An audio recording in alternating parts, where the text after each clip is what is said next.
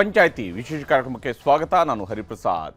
ದಿನದ ಪ್ರಮುಖ ಸುದ್ದಿಗಳ ನಿಖರ ವರದಿ, ಯಾವುದೇ ಪಕ್ಷಪಾತವಿಲ್ಲದ ನೇರ ಮಾತು, ನಿಮ್ಮನ್ನ ದಾರಿ ತಪ್ಪಿಸದ ವಿಶ್ವಾಸಾರ್ಹ ವಿಶ್ಲೇಷಣೆ. ಇದುವೇ ನ್ಯೂಸ್ 18ನ ಪಂಚಾಯಿತಿ. ರಾಜ್ಯದಲ್ಲಿ ವಸತಿ ಇಲಾಖೆಯಲ್ಲಿ ಈಗಾಗಲೇ ಅಲ್ಪಸಂಖ್ಯಾತರಿಗೆ 10% ಮನೆಗಳ ಪ್ರಮಾಣವನ್ನು 15% ಏರಿಕೆ ಮಾಡುವಂತಹ ನಿರ್ಧಾರವನ್ನು ನಿನ್ನೆಯಷ್ಟೇ ಕ್ಯಾಬಿನೆಟ್ ಸಭೆಯಲ್ಲಿ ರಾಜ್ಯ ಸರ್ಕಾರ ಕೈಗೊಂಡಿತು. ಆದರೆ ಇವತ್ತು ಒಂದು ಆಡಿಯೋ ವೈರಲ್ ಆಗಿದೆ.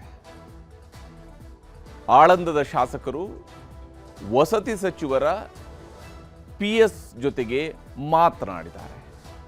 ಮಾತಾಡುವ ಸಂದರ್ಭದಲ್ಲಿ ಹೇಳಿರುವಂತಹ ಮಾತುಗಳನ್ನು ನಾವು ಕೇಳ್ತಾ ಹೋದಾಗ ನಿಜಕ್ಕೂ ರಾಜ್ಯದಲ್ಲಿ ಬಡವರು ಮನೆ ಪಡ್ಕೊಳ್ಳೋದಕ್ಕೆ ಇಂಥದ್ದೊಂದು ಸ್ಥಿತಿ ಇದೆಯಾ ಅನ್ನುವಂಥ ಅನುಮಾನ ಮೂಡುವಂಥದ್ದು ಸಹಜ. ಇದೇ ಇವತ್ತಿನ ಪಂಚಾಯಿತಿಯ ಮೊದಲ ಸುದ್ದಿ, ದುಡ್ಡು ಕೊಟ್ರೆ ಮನೆ. ಇದನ್ನು ಹೇಳ್ತಾ ಇರುವಂಥದ್ದು ಶಾಸಕ BR ಪಾಟೀಲ್, ಆಳಂದದ ಶಾಸಕರು. ಆಳಂದದ ಶಾಸಕರು ಇಲ್ಲಿ ಮಾತನಾಡುವಂತಹ ಸಂದರ್ಭದಲ್ಲಿ 3-4 ಬಾರಿ ಹೇಳ್ತಾರೆ, ದುಡ್ಡು ಕೊಟ್ಟು ನೋಡಿ ಇದ ತಗೊಂಡ್ಬಂದಿದ್ದು ಅಂತ ಹೇಳ್ಕೊಂಡು. ಅಷ್ಟೇ ಅಲ್ಲದೆ ಅವರೊಂದು ಪಟ್ಟಿ ಕೊಡ್ತಾರೆ, ಯಾವ್ಯಾವ ಊರಿನಲ್ಲಿ ಎಷ್ಟೆಷ್ಟು ಮನೆಗಳು ಬಂದಿದ್ದಾವೆ, ಎಲ್ಲ ಸೇರಿದಾಗ ಸರಿಸುಮಾರು 950 ಮನೆಗಳನ್ನು ದುಡ್ಡು ಕೊಟ್ಟು ಪಡ್ಕೊಂಡು ಬಂದಿದ್ದಾರೆ ಅಂತ ಹೇಳಿದ್ದಾರೆ. ಆಳಂದ ಶಾಸಕ ಹೇಳ್ತಾ ಇರುವಂಥದ್ದು ಕೇವಲ ಆಳಂದದಲ್ಲಿ ಮಾತ್ರ ಅಲ್ಲ, ಆಳಂದ ಮತ್ತು ಅಫ್ಜಲ್ಪುರ 2 ವಿಧಾನಸಭಾ ಕ್ಷೇತ್ರಗಳಲ್ಲಿ ದುಡ್ಡು ಕೊಟ್ಟು ಮನೆಗಳನ್ನು ತಗೊಂಡು ಬಂದಿದ್ದಾರೆ ಅಂತ ಹೇಳ್ತಿದ್ದಾರೆ. ಅದಕ್ಕೆ ಪೂರಕವರು ಮಾತಾಡ್ತಾರೆ, ನಾನು ಸಹಿ ಹಾಕಿಕೊಟ್ರೆ ಬರೋದಿಲ್ಲ, ಆದರೆ ಗ್ರಾಮ ಪಂಚಾಯತ್ ಸದಸ್ಯ ತಗೊಂಡು ಬಂದಿರುವಂಥದ್ದು ದುಡ್ಡು ಕೊಟ್ಟು ಮನೆ ತಗೊಂಡು ಬಂದಿದ್ದಾನೆ ಅಂತ. ಈ ರೀತಿಯಾದಂತಹ ಪರಿಸ್ಥಿತಿ ಇದೆ ಅನ್ನೋದನ್ನು ಶಾಸಕರೇ ಹೇಳ್ತಾರೆ. ಮತ್ತು ನಾನು ಇದನ್ನೇನಾದರೂ ಹೊರಗಡೆ ಮಾತಾಡಿದರೆ ಸರ್ಕಾರ ಅಲ್ಲಾಡಿ ಹೋಗುತ್ತೆ ಅಂತ ಹೇಳ್ತಾರೆ. ಹಾಗಾದರೆ ಶಾಸಕರು ಎತ್ತಿರ್ತಕ್ಕಂಥ ಈ ವಿಚಾರ ಇದೆಯಲ್ಲ, ಬಹಳ ಮಹತ್ವದ್ದಾಗಿದೆ. ನಿಜಕ್ಕೂ ರಾಜ್ಯದಲ್ಲಿ ಹಾಗಾದರೆ ವಸತಿ ಇಲಾಖೆಯಲ್ಲಿ ದುಡ್ಡು ಕೊಟ್ಟರೆ ಅಷ್ಟೇ ಮನೆಗಳ ಹಂಚಿಕೆ ಆಗುತ್ತಾ? ಈ ಅನುಮಾನ ದಟ್ಟವಾಗಿ ಕಾಡುವಂತೆ ಮಾಡಿರುವಂಥದ್ದು BR ಪಾಟೀಲ್ರು. ಅದರ ಬಗ್ಗೆ ಒಂದು ವರದಿಯನ್ನು ಕೊಡ್ತೀನಿ. ಮತ್ತು ಇದು ಹೇಗೆ ಈಗಾಗಲೇ ಪ್ರತಿಪಕ್ಷಕ್ಕೆ ದೊಡ್ಡ ಆಹಾರ ಆಗಿದೆ, ದೊಡ್ಡ ಅಸ್ತ್ರ ಆಗಿದೆ, ದೊಡ್ಡ ಟೀಕಾ ಪ್ರಹಾರ ನಡೀತಾ ಇದೆ, ಅದನ್ನು ಕೂಡ ವಿವರಿಸ್ತೀನಿ ವರದಿಯಲ್ಲಿ. ಇನ್ನು ಎರಡನೇ ಸುದ್ದಿ ಇರುವಂಥದ್ದು ಕೇಸರಿಯಲ್ಲಿ ಪಟ್ಟದಾಟ.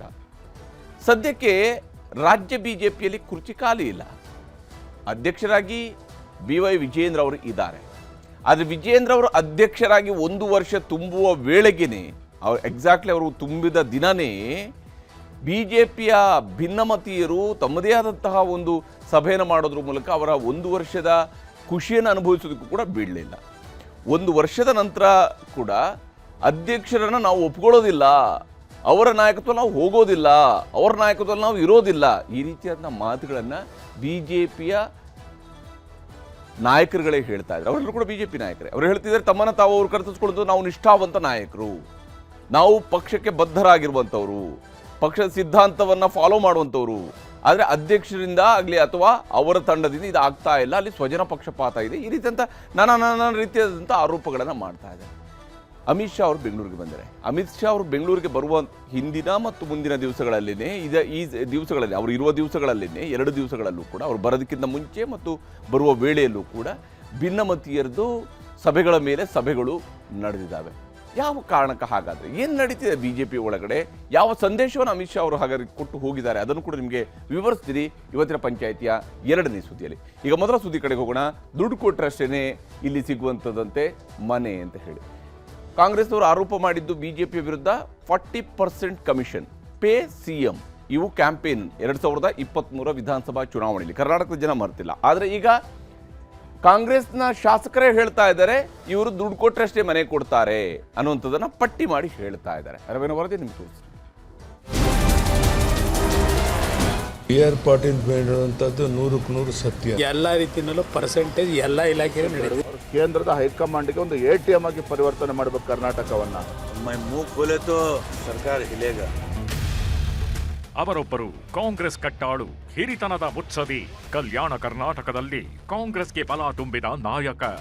ಅಂಥ ನಾಯಕನೇ ಪದೇ ಪದೇ ಮಾಡುವ ಎಡವಟ್ಟುಗಳೇ ಪಕ್ಷಕ್ಕೆ ನಾಯಕರಿಗೆ ಮುಜುಗರ ಮಾಡ್ತಿರತ್ತೆ.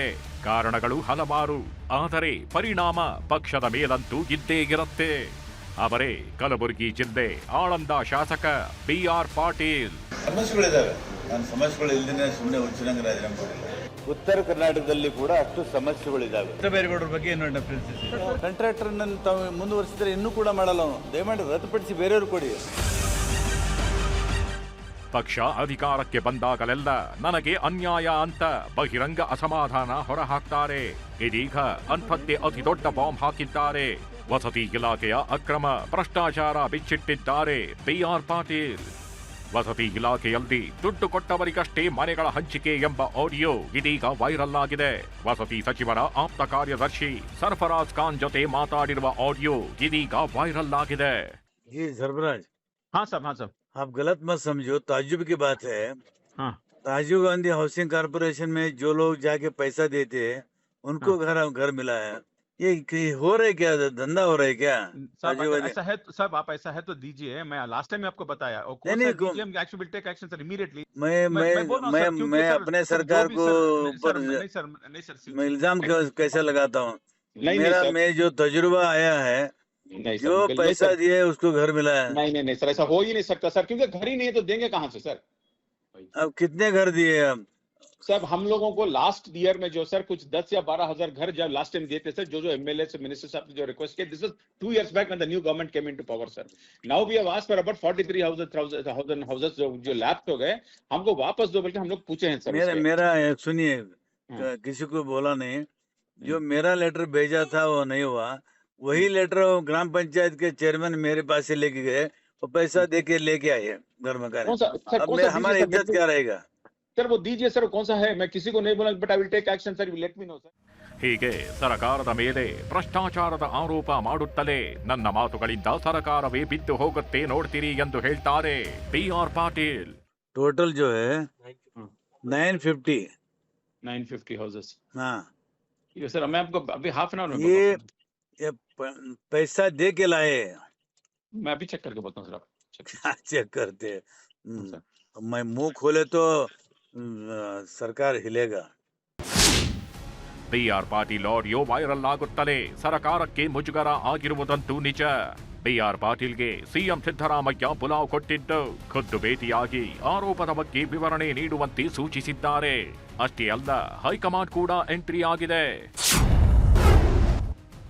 BR ಪಾಟೀಲ್ ಸರ್ಫರಾಜ್ ನಡುವಿನ ಆಡಿಯೋದಲ್ಲಿನ ವಸತಿ ಇಲಾಖೆ ಭ್ರಷ್ಟಾಚಾರದ ಬಗ್ಗೆ ವರಿಷ್ಠರು ಮಾಹಿತಿ ಸಂಗ್ರಹಿಸುತ್ತಿದ್ದಾರೆ. ಹಾಗೆ ಪಾಟೀಲ್ ಆರೋಪದ ಬಗ್ಗೆ ವಿವರಣೆ ನೀಡುವಂತೆಯೂ ಸಿಎಂ DCM ವಸತಿ ಸಚಿವರಿಗೆ ರಣದೀಪ್ ಸುರ್ಜೇವಾಲಾ ಸೂಚನೆ ಕೊಟ್ಟಿದ್ದಾರೆ. ವಸತಿ ಇಲಾಖೆಗಳಲ್ಲಿನ ಕೆಲಸಗಳು, ಸಚಿವ ಜಮೀರ್ ಕೆಲಸಗಳು, ಇಲಾಖೆ ಅಧಿಕಾರಿಗಳ ಕಾರ್ಯವೈಖರಿ, ಹಾಗೆ ಜಮೀರ್ PS ಸರ್ಫರಾಜ್ ಬಗ್ಗೆಯೂ ಮಾಹಿತಿ ಸಂಗ್ರಹಿಸಿದೆ ಹೈಕಮಾಂಡ್. ಈ ಮಧ್ಯೆ ಸರ್ಕಾರದ ಮುಖ್ಯ ಕಾರ್ಯದರ್ಶಿ ಶಾಲಿನಿ ರಜನೀಶ್ ಕೂಡ ಕ್ರಮಕ್ಕೆ ಮುಂದಾಗಿದ್ದಾರೆ. ಜಮೀರ್ ಅಹಮದ್ ಆಪ್ತ ಕಾರ್ಯದರ್ಶಿ ಸರ್ಫರಾಜ್ ಮೇಲೆ ಸರ್ಕಾರದ ಮುಖ್ಯ ಕಾರ್ಯದರ್ಶಿ ಶಾಲಿನಿ ರಜನೀಶ್ ಗರಂ ಆಗಿದ್ದಾರೆ. ಖುದ್ದು ಬಂದು ರೈಟಿಂಗ್ನಲ್ಲಿ ವಿವರಣೆ ನೀಡುವಂತೆ ಸರ್ಫರಾಜ್ಗೆ ಶಾಲಿನಿ ಸೂಚನೆ ಕೊಟ್ಟಿದ್ದಾರೆ. ಈ ಮಧ್ಯೆಯೇ BR ಪಾಟೀಲ್ ಆಡಿಯೋ ವೈರಲ್ ಆಗಿರೋದು ಪ್ರತಿಪಕ್ಷಗಳಿಗೂ ಅಸ್ತ್ರವಾಗಿದೆ. ಕಾಂಗ್ರೆಸ್ ಸರ್ಕಾರದ ಮೇಲೆ ಮುಗಿಬಿದ್ದಿವೆ ಬಿಜೆಪಿ ಹಾಗೂ JDS. ಕಾಂಗ್ರೆಸ್ ಸರ್ಕಾರ ಭ್ರಷ್ಟಾಚಾರದಲ್ಲಿ ನಂಬರ್ 1 ಆಗಿದೆ. ಇದಕ್ಕೆ BR ಪಾಟೀಲ್ ಹೇಳಿಕೆಯೇ ಪುಷ್ಟಿ ನೀಡುತ್ತಿದೆ ಎಂದಿವೆ. ಅಷ್ಟೇ ಅಲ್ಲ, ತಾವು ಮಾಡಿರುವ ಆರೋಪ ಸಂಬಂಧ ಲೋಕಾಯುಕ್ತಕ್ಕೆ BR ಪಾಟೀಲ್ ದೂರು ಕೊಡಬೇಕು. ಸರ್ಕಾರ ಇದನ್ನು ಗಂಭೀರವಾಗಿ ಪರಿಗಣಿಸಿ ನ್ಯಾಯಾಂಗ ತನಿಖೆ ನಡೆಸಬೇಕೆಂದು ಪ್ರತಿಪಕ್ಷಗಳು ಆಗ್ರಹಿಸಿವೆ. BR ಪಾಟೀಲ್ ಹೇಳುವಂಥದ್ದು 100% ಸತ್ಯ. ನಾನು ಅದನ್ನೇ ಈಗ ನಿಮ್ಗೆ ಹೇಳಿದ್ದು, ಹಣ ಕೊಡದೆ ದುಡ್ಡು ಕೊಡದೆ ಯಾವುದೇ ಕೆಲಸ ಆಗೋದಿಲ್ಲ ಅನ್ನುವಂಥದ್ದು ಸಾಬೀತಾಗಿದೆ. ಇದನ್ನಾದರೂ ಈಗಲಾದರೂ ಸರ್ಕಾರ ಒಪ್ಪಿಕೊಂಡು ತಪ್ಪನ್ನು ಸರಿಪಡಿಸ್ಕೊಂಡು ಬಡವರಿಗೆ ನ್ಯಾಯ ಒದಗಿಸುವಂಥ ಕೆಲಸ ಮಾಡಬೇಕು ಅಂತ ಒತ್ತಾಯ ಮಾಡ್ತೀವಿ. ಆಶ್ಚರ್ಯವ ನಿಮಗೆ ಅಂತ ಕೇಳ್ತೀನಿ. ನಡೀತಾ ಇದೆ, ಅದರ ನಿರಂತರವಾಗಿ ನಡೀತಾ ಇದೆ. ಪರ್ಸೆಂಟೇಜ್ಗಳು, ಸೈಟ್ಗಳು ಕೊಡಬೇಕಾದ್ರೆ, ದುಡ್ಡು ಕೊಡಬೇಕಾದ್ರೆ ಎಲ್ಲ ರೀತಿಯಲ್ಲೂ ಪರ್ಸೆಂಟೇಜ್ ಎಲ್ಲ ಇಲಾಖೆಯಲ್ಲೂ ನಡೀತದೆ. ರಾಜ್ಯದಲ್ಲಿ ಕಾಂಗ್ರೆಸ್ ಪಕ್ಷ ಅಧಿಕಾರಕ್ಕೆ ಬಂದು ಅವರು ಕೇಂದ್ರದ ಹೈಕಮಾಂಡ್ಗೆ ಒಂದು ATM ಆಗಿ ಪರಿವರ್ತನೆ ಮಾಡಬೇಕು ಕರ್ನಾಟಕವನ್ನ. ಆದರೆ ನೀವು ಜನಸಾಮಾನ್ಯರು ಕೇಳಿ, ಉದ್ಯಮಿಗಳನ್ನ ಕೇಳಿ, ಯಾರನ್ನೇ ಕೇಳಿ, ಹೊತ್ತು ಇದು 100% ಭ್ರಷ್ಟಾಚಾರದ ಸರ್ಕಾರ ಅಂತೇಳಿ ಜನಸಾಮಾನ್ಯರು ಮಾತನಾಡ್ತಾ ಇದ್ದಾರೆ. ಟಿ.ಆರ್. ಪಾಟೀಲ್ರ ಸಿಟ್ಟು ಹೊಸದೇನಲ್ಲ. ಮುಂಚಿನಿಂದಲೇ ಪದೇ ಪದೇ ಸರಕಾರದ ಮೇಲೆ ಸಿಟ್ಟು ಹೊರಹಾಕುತ್ತಲೇ ಇದ್ದರು. ಅದಕ್ಕೆ ಕಾರಣ ಹಲವಾರು. ಕಾಂಗ್ರೆಸ್ ಪಕ್ಷದಲ್ಲಿ ಹಿರಿತನವಿದ್ದರೂ ಮಂತ್ರಿ ಸ್ಥಾನ ಸಿಗದೇ ಇರುವುದೇ ಪಾಟೀಲ್ ಸಿಟ್ಟಿಗೆ ಬಹುಮುಖ್ಯ ಕಾರಣ. ಸಿಎಂ ರಾಜಕೀಯ ಸಲಹೆಗಾರ, ಯೋಜನಾ ಆಯೋಗದ ಉಪಾಧ್ಯಕ್ಷ ಹುದ್ದೆಗಳನ್ನು ಕೊಟ್ಟಿದ್ರೂ ಕೂಡ ಅದೆಲ್ಲವೂ ಡಮ್ಮಿ ಪೋಸ್ಟ್ ಅನ್ನೋದು ಬಿಆರ್ಪಿ ವಾದ. ಕಲಬುರಗಿ ಜಿಲ್ಲೆಯ ರಾಜಕಾರಣದ ಮೇಲೆ ಬಿಆರ್ಪಿಗೆ ಈಗಲೂ ಹಿಡಿತಾಗಿಲ್ಲವಾಗಿದೆ. ಮಲ್ಲಿಕಾರ್ಜುನ ಖರ್ಗೆ, ಪ್ರಿಯಾಂಕ್ ಖರ್ಗೆ, ಡಾಕ್ಟರ್ ಶರಣಪ್ರಕಾಶ್ ಪಾಟೀಲ್ ಅಧಿಕಾರ ಆದೇಶಗಳಿಂದಾಗಿ ಪಾಟೀಲ್ ಕಡೆಗಣನೆ ಆಗ್ತಿದ್ದಾರೆ ಎಂಬ ಕಾರ್ಯಕರ್ತರ ಆರೋಪದಿಂದಾಗಿ ಸರ್ಕಾರದ ಮೇಲೆ ಪದೇ ಪದೇ ಮುನಿಸಿಕೊಳ್ತಿದ್ರು ಪಾಟೀಲ್. ಈಗ ಮತ್ತೆ ಸಿಟ್ಟು, ಮತ್ತೆ ಅಸಮಾಧಾನ, ಮತ್ತೆ ಸಂಧಾನ ಪ್ರಕ್ರಿಯೆ. ಪಾಟೀಲ್ರನ್ನು ಕರೆದಿರುವ ಸಿಎಂ ಏನ್ ಹೇಳಿ ಕಳಿಸ್ತಾರೆ ಅನ್ನೋ ಕುತೂಹಲವೂ ಮೂಡಿದೆ. ಅದ್ರ ಬಗ್ಗೆ ನನಗೆ ಮಾಹಿತಿ ಇಲ್ಲ. ನೀವು ಹಾಗೆ ಯಾಕೆ ಹೇಳಿದ್ದಾರೆ ಅಂತ ನನ್ನ ಗಮನಕ್ಕೂ ಕೂಡ ಇಲ್ಲ. ನೀವು ಅವರನ್ನು ಕೇಳಿದ್ರೆ ಬೆಟ್ರು. ಯಾಕಂದರೆ ಈಗ ಅವರು ಹಿರಿಯ ಶಾಸಕರಿದ್ದಾರೆ, ಅವರು ಹಾಗೆ ಹೇಳಿದ್ದಾರೆ ಅಂತಂದರೆ ಅದು ಅವ್ರಿಗೆ ಕರೆದು ಮಾನ್ಯ ಮುಖ್ಯಮಂತ್ರಿಗಳು ಕರೆದು ಮಾತಾಡ್ಬೋದು ಬಹುಶಃ. ಸರ್ಕಾರದ ಮೇಲೆ ಮತ್ತೆ ಗದಾಪ್ರಹಾರ, ಮುಜುಗರ, ವಿವಾದಗಳಿಂದಲೇ ಸದ್ದು ಮಾಡಿದವರು ಬಿ.ಆರ್. ಪಾಟೀಲ್. ಅದು 2023 ಜುಲೈ 25. ಕಾಂಗ್ರೆಸ್ ಸರ್ಕಾರ ಅಧಿಕಾರಕ್ಕೆ ಬಂದ 2 ತಿಂಗಳಲ್ಲೇ ಅಪಸ್ವರ ಎತ್ತಿದ್ರು. ಸಚಿವರು ಅನುದಾನ ಕೊಡ್ತಿಲ್ಲ ಎಂದು ಅಸಮಾಧಾನ ಹೊರಹಾಕಿದ್ರು. ಸರ್ಕಾರಕ್ಕೆ ಬಿಆರ್ಪಿ ಸೇರಿ 20ಕ್ಕೂ ಹೆಚ್ಚು ಶಾಸಕರು ಪತ್ರ ಬರೆದಿದ್ರು ಎನ್ನಲಾದ ಪತ್ರ ವೈರಲ್ ಆಗಿತ್ತು. ಅದೇ 2023 ಜುಲೈನಲ್ಲಿ ಶಾಸಕ ಸ್ಥಾನಕ್ಕೆ ರಾಜೀನಾಮೆ ಕೊಡ್ತೀನಿ ಅಂತ ಶಾಸಕಾಂಗ ಪಕ್ಷದ ಸಭೆಯಲ್ಲೇ ಬೆದರಿಕೆ ಹಾಕಿದ್ರು. ನಂತರ 2023 ನವೆಂಬರ್ನಲ್ಲಿ ಗ್ರಾಮೀಣ ಮೂಲಸೌಕರ್ಯ ಕಾಮಗಾರಿಗಳಿಗೆ ಅನುದಾನ ಸಿಕ್ತಿಲ್ಲ ಎಂದು ಸಿಎಂ ಸಿದ್ದರಾಮಯ್ಯನವರಿಗೆ ಪತ್ರ ಬರೆದಿದ್ರು. ಅದಾದ್ಮೇಲೆ ಒಂದೇ ವರ್ಷಕ್ಕೆ ಅಂದರೆ 2024 ನವೆಂಬರ್ನಲ್ಲಿ ಹುಬ್ಬಳ್ಳಿಯಲ್ಲಿ ಮಾತನಾಡುತ್ತಾ ಸಿದ್ದರಾಮಯ್ಯ ಸರ್ಕಾರದ ಭವಿಷ್ಯದ ಬಗ್ಗೆ ಪ್ರಶ್ನೆ ಎತ್ತಿದ್ರು. ಸಿದ್ದರಾಮಯ್ಯ 5 ವರ್ಷ ಇರ್ತಾರೋ ಇರಲ್ವೋ ಎಂಬ ಪ್ರಶ್ನೆ ಇಡೀ ಕಾಂಗ್ರೆಸ್ ಪಾಳಯದಲ್ಲಿ ಚರ್ಚೆ ಹುಟ್ಟುಹಾಕಿತ್ತು. ನಂತರ 2025 ಫೆಬ್ರವರಿಯಲ್ಲಿ ಸಿಎಂ ರಾಜಕೀಯ ಸಲಹೆಗಾರ ಹುದ್ದೆಗೆ ರಾಜೀನಾಮೆ ಕೊಟ್ಟಿದ್ರು.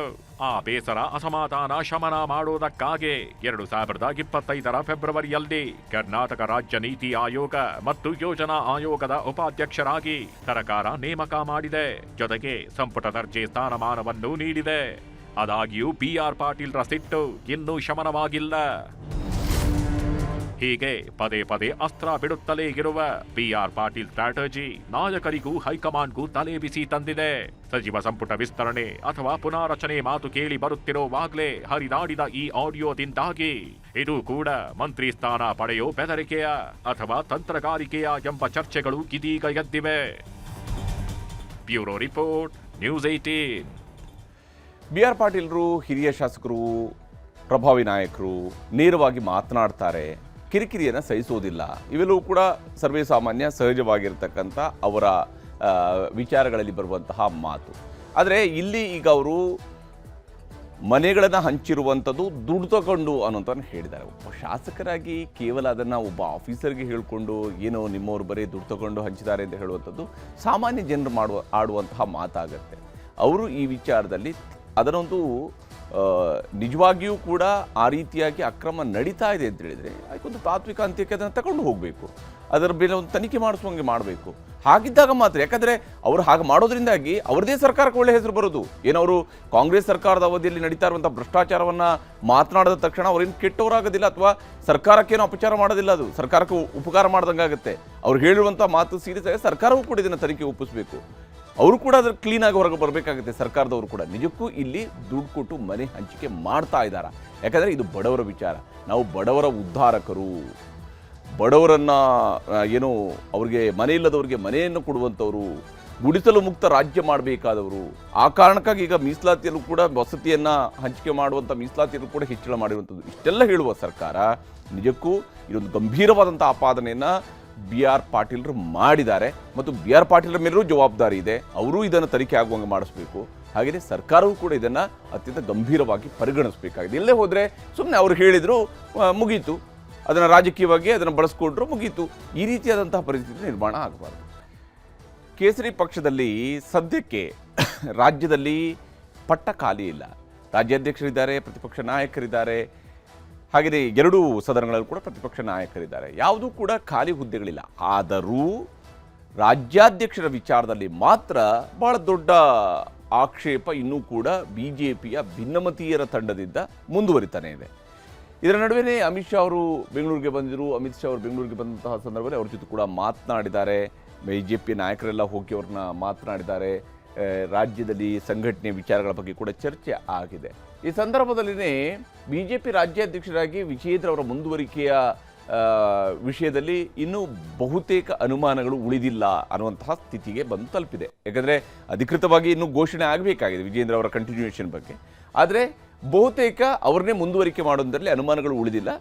ಅದು ಅಮಿತ್ ಶಾ ಅವರಿರ್ಬೋದು ಅಥವಾ ನಿನ್ನೆ ಪ್ರಹ್ಲಾದ್ ಜೋಶಿ ಅವರು ಹೇಳಿರ್ತಕ್ಕಂಥ ಮಾತಿರ್ಬೋದು, ಇವೆಲ್ಲವನ್ನು ಕೂಡ ಗಮನಿಸಿದಾಗ ಇಲ್ಲ ಸದ್ಯಕ್ಕೆ ವಿಜೇಂದ್ರ ಅವರು ಅಧ್ಯಕ್ಷರಿದ್ದಾರೆ, ಅಧ್ಯಕ್ಷರಾಗಿ ಮುಂದುವರಿತಾರೆ, ಅವ್ರ ಜೊತೆಗೆ ಉಳಿದವರೆಲ್ಲ ಹೆಜ್ಜೆ ಹಾಕಲೇಬೇಕು ಅನ್ನುವಂತಹ ನಿಟ್ಟಿನಲ್ಲಿ ಸಂದೇಶವನ್ನು ರವಾನೆ ಮಾಡ್ತಾರೆ. ಮತ್ತು ಒಂದು ವೇಳೆ ಈಗ ರೆಬೆಲ್ಸ್ ಹೇಳಿದ ತಕ್ಷಣವೇ BJP ಹೈಕಮಾಂಡ್ನವರು ವಿಜೇಂದ್ರ ಅವ್ರನ್ನ ಅಧ್ಯಕ್ಷ ಸ್ಥಾನದಿಂದ ಕೆಳಗಿಳಿಸಿದ್ರು ಅಂತೇಳಿ, ಆದರೆ ಆಗ BJPಯಲ್ಲಿ ಯಾರು ಬೇಕಿದ್ರು ರೆಬೆಲ್ಸ್ ಆಗಿ ಯಾರನ್ನ ಬೇಕಿದ್ರು ಕೂಡ ಅಧ್ಯಕ್ಷನ ಬದಲಾವಣೆ ಮಾಡಿಸ್ಕೊಳ್ಬಹುದು ಅನ್ನುವಂಥ ಸಂದೇಶ ಹೋಗುತ್ತೆ. ಆ ಸಂದೇಶ ಹೋಗೋದಕ್ಕೆ ಬಹುತೇಕ BJP ಹೈಕಮಾಂಡ್ ಬಿಡಲಿಕ್ಕಿಲ್ಲ. ಅಮಿತ್ ಶಾ ಜೊತೆಗಿನ ಮೀಟಿಂಗ್ಗಳಲ್ಲಿ ಇದರ ಬಗ್ಗೆ ಒಂದಿಷ್ಟು ಸ್ಪಷ್ಟತೆ ಸಿಕ್ಕಿದೆಯಾ ಅನ್ನುವಂಥದ್ದು ಈಗಿರುವ ಅನುಮಾನ. ಮತ್ತು ಇದಕ್ಕೆ ಪೂರಕವಾಗಿ BJPಯ ಪಡಸಾಲೆಯಲ್ಲಿ ಬಹಳಷ್ಟು ಚರ್ಚೆಗಳು ನಡೀತಾ ಇದ್ದಾವೆ. ಇಲ್ಲ ಅವ್ರನ್ನೇ ಕಂಟಿನ್ಯೂ ಮಾಡಿಸ್ತಾರೆ, ಯಾವುದೇ ಅನುಮಾನಗಳು ಬೇಡ. ವಿಜೇಂದ್ರಗೆ ಶಹಬ್ಬಾಸ್ ಗಿರಿಯನ್ನು ಕೊಟ್ಟಿದ್ದಾರಂತೆ ಅಮಿತ್ ಶಾ ಅವರು ಅನ್ನುವಂಥರ ಬಗ್ಗೆ ಕೂಡ ವಿಜೇಂದ್ರ ಅವರ ಆಪ್ತ ವಲಯದಿಂದ ಕೇಳಿ ಬರ್ತಾ ಇರುವಂತಹ ಮಾತು, ಪಕ್ಷದ ಸಂಘಟನೆ ಮುನ್ನಡೆಸ್ತಾ ಇರುವಂತಹ ಕಾರ್ಯವೈಖರಿ, ಇದೆಲ್ಲದರ ಬಗ್ಗೆ ಕೂಡ ಶಹಬ್ಬಾಸ್ ಗಿರಿ ಸಿಕ್ಕಿದೆ ಅಂತ ಹೇಳಿ ಕಾಂಗ್ರೆಸ್ ವಿರುದ್ಧದ ಹೋರಾಟಕ್ಕಷ್ಟೇ ಅಮಿತ್ ಶಾ ಅವರು ಸಭೆಯನ್ನು ಸೀಮಿತಗೊಳಿಸಿದ್ದಾರೆ. ಇವತ್ತು ನಡೆಸಿರುವಂತಹ ಸಭೆಯಲ್ಲಿ ಪದೇ ಪದೇ ಏನು ಈಗ ಅಮಿತ್ ಶಾ ಅವರು ಬಂದಾಗ ಪದೇ ಪದೇ ರಾಜ್ಯಾಧ್ಯಕ್ಷರ ಕತೆ ಏನು, ಅದು ಆ ಸೀಟು ಬದಲಾವಣೆ ಮಾಡಬೇಕಾ ಬೇಡವಾ, ಈ ಬಗ್ಗೆ ಎಲ್ಲ ಚರ್ಚೆ ಮಾಡೋದಿಲ್ಲ. ಯೂಶ್ವಲಿ ರಾಜ್ಯದಲ್ಲಿರುವಂಥ ರಾಜಕೀಯ ಸಿಚುವೇಶನ್ನ ಮೇಲ್ಗಡೆ ಅವರು ಚರ್ಚೆನ ಮಾಡ್ತಾರೆ. ಕಾಂಗ್ರೆಸ್ ಸರ್ಕಾರದ ವಿರುದ್ಧದ ಹೋರಾಟವನ್ನು ತೀವ್ರಗೊಳಿಸಬೇಕು, ಅದನ್ನು ಮತ್ತಷ್ಟು ಜೋರು ಮಾಡಬೇಕು ಅನ್ನುವಂತಹ ನಿಟ್ಟಿನಲ್ಲಿ ಆ ವಿಚಾರಕ್ಕಷ್ಟೇ ಸೀಮಿತ ಆಗಿತ್ತು. ಮತ್ತು ಕಾಲ್ತುಳಿತ ಪ್ರಕರಣವನ್ನು ನೀವು ಬಿಡಬಾರ್ದು, ಮುಖ್ಯಮಂತ್ರಿ ಹಾಗೂ ಉಪಮುಖ್ಯಮಂತ್ರಿ ಇವರ ರಾಜೀನಾಮೆಗೆ ಒತ್ತಾಯ ಮಾಡುವಂಥದ್ದು ಕೇವಲ ಅದು ಹೊರಗಡೆಯೂ ಸದನದ ಹೊರಗಡೆಯೂ ಇರಬೇಕು, ಸದನದ ಒಳಗಡೆಯೂ ಕೂಡ ಆಗಬೇಕು, ಈ ವಿಚಾರದಲ್ಲಿ ರಾಜಿ ಮಾಡ್ಕೋಬಾರ್ದು ಅನ್ನುವಂತಹ ನಿಟ್ಟಲ್ಲೂ ಕೂಡ. ಆದರೆ ಬದಲಾವಣೆ ಬಗ್ಗೆ ಯಾವುದೇ ಚರ್ಚೆ ಅಥವಾ ನಿರ್ಧಾರಗಳು ಆಗಿಲ್ಲ. ರಾಜ್ಯಾಧ್ಯಕ್ಷರ ಬದಲಾವಣೆ ಮಾಡಬಹುದು ಅನ್ನುವಂತಹ ವಿಷಯಕ್ಕೆ ಸಂಬಂಧಪಟ್ಟಂತೆ ಯಾವುದೇ ಚರ್ಚೆಗಳು ಆಗಿಲ್ಲ. ಇದೇ ಇರುವಂಥದ್ದು. ಯಾಕಂದರೆ ಅದನ್ನೇ ನಾನು ಹೇಳಿದ್ದು, ಇಲ್ಲಿ ರೆಬೆಲ್ಸ್ ಹೇಳಿದ್ರು ಅಂತ ಹೇಳಿಕೊಂಡು ಬದಲಾವಣೆ ಮಾಡಿಸುವಂಥದ್ದು ಅಷ್ಟು ಸುಲಭದ ವಿಚಾರ ಅಲ್ಲ. ಯಾವುದೇ ರಾಜಕೀಯ ಪಕ್ಷಕ್ಕೆ ಆದರೂ ಇದು ಅನ್ವಯ ಆಗುತ್ತೆ, BJPಗೆ ಇದು ವಿಶೇಷವಾಗಿ ಅನ್ವಯ ಆಗುತ್ತೆ. ಯಾಕಂದರೆ BJP ತನ್ನನ್ನು ತಾನು ಶಿಸ್ತಿನ ಪಕ್ಷ ಅಂತೇಳಿ ಹೇಳುತ್ತೆ. ಈಗ ನಡೆಸುವಂತಹ ಈ ಎಲ್ಲ ಭಿನ್ನಮತೀಯ ಚಟುವಟಿಕೆಗಳು ಕೂಡ ಅಶಿಸ್ತಿನ ಭಾಗ ಅಂತೇಳಿ ಪರಿಗಣಿಸಲಾಗುತ್ತೆ ಹೊರತು ಬೇರೆನೇನೂ ಆಗಿರೋದಿಲ್ಲ. ಹೀಗಾಗಿನೇ ಬದಲಾವಣೆ ಬಗ್ಗೆ ಯಾವುದೇ ಚರ್ಚೆಗಳು ಆಗಿಲ್ಲ, ನಿರ್ಧಾರಗಳು ಕೂಡ ಆಗಿಲ್ಲ. ರಾಜ್ಯಾಧ್ಯಕ್ಷರಾಗಿ ಮತ್ತೆ ಮುಂದುವರಿತೇನೆ ಅನ್ನುವಂತಹ ವಿಶ್ವಾಸದಲ್ಲಿ ವಿಜೇಂದ್ರ ಅವರು ಕೂಡ ಇದ್ದಾರೆ. ಅಂದರೆ ತನ್ನನ್ನೇ ಕಂಟಿನ್ಯೂ ಮಾಡಿಸ್ತಾರೆ, ಅದರಲ್ಲಿ ಯಾವುದೇ ಅನುಮಾನಗಳು ಅವ್ರಿಗಿಲ್ಲ. ಯಾಕಂದರೆ ಈಗ ಅವ್ರನ್ನ ಆಯ್ಕೆ ಮಾಡಿದಾಗ ಮಧ್ಯಂತರ ಅಧ್ಯಕ್ಷರಾಗಿ ಆಯ್ಕೆ ಮಾಡಿದರೂ ಕೂಡ ಅಂತಿಮವಾಗಿ ಮುಂದಿನ 3 ವರ್ಷಗಳ ನಂತರ ಚುನಾವಣೆ ಇದ್ದೇ ಇದೆ. ಈಗ ಅವ್ರನ್ನೊಮ್ಮೆ ಪುನರಾಯ್ಕೆ ಮಾಡಿದ್ರು ಅಂತ ಹೇಳಿದರೆ ಮುಂದಿನ 3 ವರ್ಷ ಚುನಾವಣೆ ಮುಗಿಯೋ ತನಕ ಅವರೇ ಅಧ್ಯಕ್ಷರಾಗಿರ್ತಾರೆ. ಹೀಗಾಗಿ ಅವರ ನೇತೃತ್ವದಲ್ಲಿ ಚುನಾವಣೆ ಎದುರಿಸಬೇಕಾಗುತ್ತೆ. ಹೀಗಾಗಿ ರಾಜ್ಯಾಧ್ಯಕ್ಷರಿಗೆ ಮತ್ತೆ ಮುಂದುವರಿಬಹುದು ಅನ್ನುವಂಥ ವಿಶ್ವಾಸದಲ್ಲಿ ವಿಜೇಂದ್ರ ಅವರು ಇದ್ದಾರೆ. ಆದರೆ ರೆಬೆಲ್ಸ್ ಅಷ್ಟು ಸುಲಭವಾಗಿ ಕುಳಿತಿಲ್ಲ. ಅವರದ್ದು ಇರುವಂಥದ್ದು ಒಂದೇ ಅಜೆಂಡಾ, ವಿಜೇಂದ್ರ ಹಠಾವೋ ಅನ್ನುವಂಥ ಒಂದೇ ಅಜೆಂಡಾವನ್ನು ಮುಂದಿಟ್ಕೊಂಡು ಓಡಾಡ್ತಾ ಇದ್ದಾರೆ. ಅಮಿತ್ ಶಾ ಬಂದು ಹೋದ ದಿನವೂ ಕೂಡ ರೆಬೆಲ್ಸ್ ತಮ್ಮ ಗೇಮ್ ಪ್ಲ್ಯಾನನ್ನು ಮುಂದುವರಿಸಿದ್ದಾರೆ. GM ಸಿದ್ದೇಶ್ವರ ಅವರ ಮನೆಯಲ್ಲಿ ಏನು ಬಾಲಚಂದ್ರ ಜಾರಕಿಹೊಳಿ ಅವರು ಇರ್ಬೋದು, ಕುಮಾರ್ ಬಂಗಾರಪ್ಪ ಇರ್ಬೋದು, BP ಹರೀಶ್, ಹೀಗೆ ಎಲ್ಲ ನಾಯಕರುಗಳು ಕುಳಿತುಕೊಂಡು ಮಾತನಾಡಿದ್ದಾರೆ. ಯಾಕಂದರೆ BP ಹರೀಶ್ ಮತ್ತು GM ಸಿದ್ದೇಶ್ವರ ಇವರಿಬ್ಬರನ್ನ ನಿನ್ನೆ ಪ್ರಹ್ಲಾದ್ ಜೋಶಿ ಅವರು ಕರೆಸಿ ಮಾತನಾಡಿದರು. ಏನು ನೀವು ಈ ರೀತಿಯ ಅಸಮಾಧಾನಗಳು ಬೇಡ, ಎಲ್ಲರೂ ಸರಿಯಾಗಿರಬೇಕು, ಅಧ್ಯಕ್ಷರ ನೇತೃತ್ವದಲ್ಲಿ ಮುಂದುವರಿಬೇಕು ಅಂತ ಹೇಳಿದರು. ಹೈಕಮಾಂಡ್ ಎಲ್ಲವನ್ನೂ ನೋಡಿಕೊಳ್ಳುತ್ತೆ ಅಂತೇಳಿ ಪ್ರಹ್ಲಾದ್ ಜೋಶಿ ಮತ್ತು V ಸೋಮಣ್ಣ ಮೂಲಕವೂ ಕೂಡ ಸಂದೇಶ ರವಾನೆ ಮಾಡುವಂತಹ ಪ್ರಯತ್ನವನ್ನು ಈಗ BJP ಹೈಕಮಾಂಡ್ ಮಾಡಿದೆ. ಸೋಮಣ್ಣ ಅವರು ಕೂಡ ಅಲ್ಲಿಗೆ ಹೋದಾಗ ಇವರುಗಳಿಗೆ ಅದೇ ಸಂದೇಶವನ್ನು ಮುಟ್ಟಿಸಿ ಬಂದಿದ್ದಾರೆ, ಪಕ್ಷದ ನಿಲುವುಗಳಿಗೆ ಬದ್ಧರಾಗಿರಬೇಕು, ಚೇಂಜಸ್ ಇಲ್ಲ ಅಂತೇಳಿ. ರಾಜ್ಯಾಧ್ಯಕ್ಷ ಸ್ಥಾನದಿಂದ ವಿಜೇಂದ್ರ ತೆಗಿಲೇಬೇಕು ಅನ್ನುವಂತಹ ಪಟ್ಟು ಮಾತ್ರ ಈ ರೆಬೆಲ್ಸ್ ತಂಡದಿಂದ ಯಥಾ ಪ್ರಕಾರ ಮುಂದುವರೆದಿದೆ. ಅವರ ಪ್ರಕಾರ ಯಾವುದೇ ಕಾರಣಕ್ಕೂ ವಿಜೇಂದ್ರ ಅವರ ನಾಯಕತ್ವದಲ್ಲಿ ನಾವು ಮುಂದಕ್ಕೆ ಹೋಗಬಾರ್ದು, ವಿಜೇಂದ್ರಗೆ ಈಗಲೂ ಕೂಡ ರೆಬೆಲ್ಸ್ ಬೆಂಬಲ ಇಲ್ಲ ಅನ್ನುವಂತಹ ಸಂದೇಶವನ್ನು ಅವರು ರವಾನೆ ಮಾಡ್ತಾ ಇದ್ದಾರೆ. ನಮ್ಮ ಬೆಂಬಲ ಯಾವುದೇ ಕಾರಣಕ್ಕೂ ಕೂಡ ಇಲ್ಲ, ವಿಜೇಂದ್ರ ಅವ್ರನ್ನ ನಾವು ಬೆಂಬಲಿಸುವುದಿಲ್ಲ ಅಂತೇಳಿ. ಪಕ್ಷಪಾತ ತಾರತಮ್ಯಕ್ಕೆ ಬ್ರೇಕ್ ಬೀಳಬೇಕು ಅಂತ ಅವರು ಮನವಿಯನ್ನು ಮಾಡ್ಕೊಳ್ತಾ ಇದ್ದಾರೆ. ಅವರು ಪಕ್ಷಪಾತವನ್ನು ಮಾಡ್ತಾ ಇದ್ದಾರೆ, ಅವರ ಆಪ್ತರಿಗಷ್ಟೇ ಸ್ಥಾನಮಾನ ಕೊಡ್ತಿದ್ದಾರೆ, ಇದು ಹಿರಿತನಕ್ಕೆ ಅವರು ಗೌರವ ಕೊಡ್ತಾ ಇಲ್ಲ, ಈ ರೀತಿಯಂಥ ಆಪಾದನೆಗಳು ಇದ್ದೇ ಇದ್ದಾವೆ. ಈ ಕಾರಣಗಳಿಗಾಗಿ ಹಿರಿಯರ ಕಡೆಗಣನೆ ಸರಿಯಲ್ಲ. ಯತ್ನಾಳ್ ಮತ್ತು ಈಶ್ವರಪ್ಪ ಅವ್ರನ್ನ ವಾಪಸ್ ಕರೆತರಬೇಕು ಪಕ್ಷಕ್ಕೆ, ಅವರಿಬ್ಬರು ಕೂಡ ವಾಪಸ್ ಬರಬೇಕು. ಯಾಕಂದರೆ ಹಿಂದುತ್ವದ ಬಗ್ಗೆ ಬಹಳ ಜೋರಾಗಿ ಮಾತನಾಡ್ತಕ್ಕಂಥ ನಾಯಕರು ಬಿ ಜೆ ಪಿಯಲ್ಲಿ ಇದ್ದಂಥದ್ದು ಒಂದು ಈಶ್ವರಪ್ಪ, ಇನ್ನೊಬ್ಬರು ಬಸನಗೌಡ ಪಾಟೀಲ್, ಯತ್ನಾಳ್. ಆದರೆ ಹಿಂದುತ್ವದ ಪ್ರತಿಪಾದನೆಯನ್ನು ಮಾಡುವಂಥ ಅಂಥ ನಾಯಕರೇ ಪಕ್ಷದಲ್ಲಿ ಇಲ್ಲದೇ ಇದ್ದಾಗ ಕತೆ ಏನು ಅನ್ನುವಂಥದ್ದನ್ನು ರೆಬೆಲ್ಸ್ ಕೇಳ್ತಾ ಇದ್ದಾರೆ. ಈ ಕಾರಣಕ್ಕಾಗಿ ಅವ್ರನ್ನ ವಾಪಸ್ ಕರೆತರಬೇಕು ಅಂತೇಳಿ ವರಿಷ್ಠರನ್ನ ಮತ್ತೆ ಭೇಟಿ ಮಾಡಿ ವಿಜೇಂದ್ರ ವಿರುದ್ಧ ದೂರು ಕೊಡೋದಕ್ಕೆ ಇವರುಗಳು ಸಿದ್ಧತೆಯನ್ನು ಮಾಡ್ಕೊಂಡಿದ್ದಾರೆ. ನಾವು ಇನ್ನೊಂದು ಸುತ್ತಿನ ದೂರನ್ನು ಕೊಡೋಣ, ಆ ಮೂಲಕವಾಗಿದ್ರು ಫಲಿಸುತ್ತಾ ಅಂತ ನೋಡೋಣ ಅಂತೇಳಿ. ಯಾಕಂದರೆ ಮರಳಿ ಯತ್ನವ ಮಾಡಿ ರಾಜಕೀಯ ಅಂತ ಹೇಳಿದ ಮೇಲೆ ಮರಳಿ ಯತ್ನವ ಮಾಡುವಂಥದ್ದು ಒಂದೇ ಅಜೆಂಡಾ ಇರುತ್ತೆ. ಪಕ್ಷ ಉಳಿಬೇಕು ಅಂದರೆ ರಾಜ್ಯಾಧ್ಯಕ್ಷರ ಬದಲಾವಣೆ ಆಗಲೇಬೇಕು ಅನ್ನುವಂತಹ ನಿರ್ಣಯವನ್ನು ಇವರುಗಳು ಕೈಗೊಂಡಿದ್ದಾರೆ. ಪಕ್ಷ ಉಳಿಬೇಕು ಅಂತ ಹೇಳಿದರೆ ರಾಜ್ಯಾಧ್ಯಕ್ಷರು ಬದಲಾವಣೆ ಆಗಬೇಕು, ಇಲ್ಲದೆ ಹೋದರೆ ಪಕ್ಷಕ್ಕೆ ಕಷ್ಟ ಇದೆ ಅನ್ನುವಂತಹ ಸಂದೇಶವನ್ನು ಕೊಡ್ತಾ ಇದ್ದಾರೆ. ಇಲ್ಲಿ ಯತ್ನಾಳರು ಯಥಾ ಪ್ರಕಾರವಾಗಿ ಏನು ಅವರು ಬಿ ಜೆ ಪಿಯಿಂದ ಅವ್ರನ್ನ ಹೊರಗಡೆ ಹಾಕಿದ್ರು, ಅವ್ರು ಉಚ್ಚಾಟನೆ ಮಾಡಿದರು, ಅವ್ರು ಮಾತ್ರ ಬಿ ಜೆ ಪಿಯ ಒಳಗಡೆ ಇರುವಂತಹ ಸ್ವರೂಪದಲ್ಲಿ ಮಾತನಾಡ್ತಾ ಇದ್ದಾರೆ ಮತ್ತು ಪಕ್ಷದ ನಾಯಕತ್ವದ ವಿರುದ್ಧನೇ ಮಾತನಾಡ್ತಾ ಇದ್ದಾರೆ. ಅವರ ಮಾತುಗಳನ್ನು ನಿಮಗೆ ತೋರಿಸ್ತೀನಿ ನೋಡಿ. ಅಸಮಾಧಾನ ತುಂಬಿ ತೊಳಗ್ತಾ ಇದೆ. ಈಗ ಯಾಕೋ ಸ್ವಲ್ಪ ಕಡೆ ತರ್ತಾರೆ. ಈಗ ICU ಒಳಗಿದೆ ಕರ್ನಾಟಕ BJP, ಏನು ಸಂಘಟನೆ ಇಲ್ಲ, ಒಂದು ಹೋರಾಟ ಮಾಡಿದ್ರೆ 10-15 ಜನ ಸೇರೋದಿಲ್ಲ.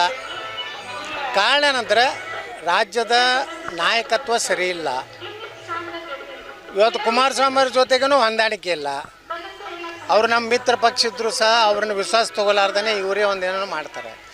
ದಿನಾಲೂ ಕರ್ನಾಟಕದಲ್ಲಿ ಹಿಂದೂ ಕಾರ್ಯಕರ್ತರ ಮೇಲೆ ಗುಂಡಾ ಆ್ಯಕ್ಟ್ ಹಾಕ್ತೀನಿ, ರೌಡಿ ಆ್ಯಕ್ಟ್ ಹಾಕ್ತೀನಿ ಅಂತೇಳಿ ಪೊಲೀಸರು ನೋಟಿಸ್ ಕೊಡ್ಲಾಕತ್ತಾರೆ. ಇವರು DK ಶಿವಕುಮಾರ್, ಸಿದ್ದರಾಮಯ್ಯ, ಜಮೀರ್ ಅಹ್ಮದ್ ಖಾನ್ ನೋಡೋ ಸರಸ ಸಲ ಮಾಡ್ತಾರೆ. ಇದು ಏನು ಕಾರ್ಯಕರ್ತರಿಗೆ ಏನು ಸಂದೇಶ ಕೊಡೋರು ಅದಾರ? ಇಟ್ಟು ಆತ್ಮೀಯತೆ ಇದ್ರಂದ್ರೆ ನೀವು DK ಶಿವಕುಮಾರ್ ಪಾರ್ಟಿಗೆ ಸೇರ್ರಿ, BJPದಿಂದ ಹೊರಗೆ ಹೋಗಿಬಿಡಿ. ಸಂತೋಷ್ ಲಾಡ್ ಬಗ್ಗೆ ಏನು ಹೇಳ್ತಾರೆ ರಾಘವೇಂದ್ರ ಯಡಿಯೂರಪ್ಪ? ಸಂತೋಷ್ ಲಾಡ್ ಮುಖ್ಯಮಂತ್ರಿ ಆಗಲಿ ಅಂತ ಹೇಳ್ತಾರೆ. ಅಂದ್ರೆ BJP ಕರ್ನಾಟಕದಾಗ ಬರೆಯಬಾರಲ್ಲ? ಅವ್ರು ತಮ್ಮ ಹೇಳ್ತಾನೆ ಸಂತೋಷ್ ಲಾಡ್ ಒಬ್ಬ ದಾರಿಯಾಗಿ ಅಡ್ಡಾಡುವಂಥ ಬಿಚ್ಚು ರಾಜಕಾರಣಿ ತಮ್ಮ ಹೇಳ್ತಾನೆ. ಅವ್ರ ಅಣ್ಣ ಹೇಳ್ತಾನೆ ಸಂತೋಷ್ ಲಾಡ್ ಮುಖ್ಯಮಂತ್ರಿ ಆಗ್ಲಿಕ್ಕೆ ಯೋಗ್ಯದ ಅಂತ. ಅಂದ್ರೆ BJP ಸಂತೋಷ್ ಲಾಡ್ ಜೋಡ ಹೋಗಿಬಿಡ್ರಿ, ರಾಘವೇಂದ್ರ ಯಡಿಯೂರಪ್ಪ, ವಿಜೇಂದ್ರ ಎಲ್ಲರೂ ಕೂಡಿ. ನೀವು BJP ಕಟ್ತಾ ಇಲ್ಲ, ಹಿಂದೂಗಳ ರಕ್ಷಣೆ ಮಾಡ್ತಾ ಇಲ್ಲ. ಇದರ ನಡುವೆ ಯಡಿಯೂರಪ್ಪ ಅವರು ಕೂಡ ಈ ರೆಬೆಲ್ಸ್ ಚಟುವಟಿಕೆಯ ಬಗ್ಗೆ ಮಾತನಾಡಿದ್ದಾರೆ. ಪ್ರಹ್ಲಾದ್ ಜೋಶಿಯವರು ಏನು ಪ್ರಯತ್ನ ಮಾಡ್ತಾ ಇದ್ದಾರೆ ಅದಕ್ಕೆ ನಾನು ಸ್ವಾಗತ ಮಾಡ್ತೇನೆ. ಅಸಮಾಧಾನದಿಂದ ಯಾರೇ ಇದ್ದರೂ ಸಹ ಅವ್ರ ಜೊತೆ ಮಾತನಾಡೋಕ್ಕೆ ನಾನು ಸಿದ್ಧ ಇದ್ದೇನೆ. ನಾನು ನಿರ್ಧಾರ ಮಾಡಿದ್ದೇನೆ, ಆದಷ್ಟು ಪ್ರತಿನಿತ್ಯ ಬೆಳಗ್ಗೆ BJP ಆಫೀಸಿಗೆ ಬಂದು ಮಧ್ಯಾಹ್ನದವರೆಗೆ ಇಲ್ಲಿದ್ದು ನಂತರ ವಾರಕ್ಕೆ 1-2 ಜಿಲ್ಲೆಗಳಿಗೆ ಹೋಗಿ ಬರಬೇಕು ಅಂತ ತೀರ್ಮಾನ ಮಾಡಿದ್ದೇನೆ. ಹೀಗಾಗಿ ಎಲ್ಲ ಕಡೆ ಓಡಾಟ ಮಾಡೋದರಿಂದ ಅಲ್ಲಿಯ ನಮ್ಮ ಕಾರ್ಯಕರ್ತರ ಸಮಸ್ಯೆಗಳು ಬಗೆಹರಿಯುತ್ತೆ, ಅಭಿವೃದ್ಧಿ ಕಡೆ ಗಮನ ಕೊಟ್ಟಂಗಾಗುತ್ತೆ. ಹೀಗೆ ಯಡಿಯೂರಪ್ಪ ಅವರು ತಾವೇ ಮುಂದೆ ನಿಂತು ಮಗನ ದಾರಿಯನ್ನು ಸುಗಮ ಮಾಡಬೇಕು ಅಂತ ಹೇಳಿ ಕುಳಿತಿದ್ದಾರೋ ಏನು ಕತೆ ಗೊತ್ತಿಲ್ಲ. ಬಟ್ ನಾನು ಮಾತಾಡ್ತೀನಿ ಅಂತ ಹೇಳಿದರೆ ಅದರಲ್ಲಿ ಯಡಿಯೂರಪ್ಪ ಅವ್ರ ಜೊತೆಗೆ ಇವರೇನಾದ್ರು ಮಾತನಾಡುವಂತಹ ರೀತಿಯಲ್ಲೇ ಇದ್ದಿರ್ತಿದ್ರೆ, ಪರಿಸ್ಥಿತಿ ಅಷ್ಟು ಸುಲಭವಾಗಿ ಬಗೆಹರಿಸುವಂಥದ್ದು ಆಗಿದ್ದಿರ್ತಿದ್ರೆ ಇಷ್ಟೊತ್ತಿಗೆಲ್ಲ ಅದನ್ನು ಮುಗಿಸೋದುವಂಥ ಪ್ರಯತ್ನವನ್ನು ಮಾಡಬಹುದಾಗಿತ್ತು. ಆದರೆ ಆ ಹಂತವನ್ನು ದಾಟದಂತೆ ಸದ್ಯಕ್ಕೆ ಗೋಚರಿಸ್ತಿದೆ. ಹೀಗಾಗಿಯೇ ಪ್ರಹ್ಲಾದ್ ಜೋಶಿ ಅವರು ಇದರಲ್ಲಿ ಎಂಟ್ರಿ ಕೊಟ್ಟಿದ್ದಾರೆ. ಜೋಶಿಯವರ ಹಿರಿತನಕ್ಕೆ ಇಲ್ಲಿ ಯಾವ ಸ್ವರೂಪದಲ್ಲಿ ಯಶಸ್ಸು ಸಿಗುತ್ತೆ ಅಂತ ನೋಡಬೇಕು. ಯಾಕಂದರೆ ಅವರು ಮಾತನಾಡಿದ ನಂತರ ಅವರು ಕನ್ವಿನ್ಸ್ ಮಾಡುವಂತಹ ಶೈಲಿ ಇದ್ದೇ ಇರುತ್ತೆ. ಆ ರೀತಿಯಲ್ಲಿ ಅವರು ಕನ್ವಿನ್ಸ್ ಮಾಡೋದ್ರಲ್ಲಿ ಯಶಸ್ವಿ ಆದರು ಅಂತೇಳಿ ಆದರೆ ಸಹಜವಾಗಿಯೇ BJPಯಲ್ಲಿ ಇರುವಂತಹ ಭಿನ್ನಮತದ ಚಟುವಟಿಕೆಗಳು ದೂರ ಆಗೋದಕ್ಕೆ ಸಾಧ್ಯ ಇದೆ. ರಾಜಕೀಯದಲ್ಲಿ ಭಿನ್ನಮತ ಇದ್ದೇ ಇರುತ್ತೆ, ಆದರೆ ಕೆಲವೊಮ್ಮೆ ಅದರಿಂದ ದೂರಪಡಿಸುವಂತಹ ಪ್ರಯತ್ನಗಳು ಕೂಡ ಸಾಗುತ್ತೆ. ಅದಕ್ಕೊಂದು ಸೂತ್ರ ಯಾವ ಸ್ವರೂಪದಲ್ಲಿ ರೆಡಿ ಆಗುತ್ತೆ ಅನ್ನೋಂಥದ್ದಷ್ಟೇ ಈಗಿರುವಂತಹ ಕುತೂಹಲ. ಇದಾಗಿತ್ತು ಇವತ್ತಿನ ಪಂಚಾಯಿತಿ. ನಮಸ್ಕಾರ.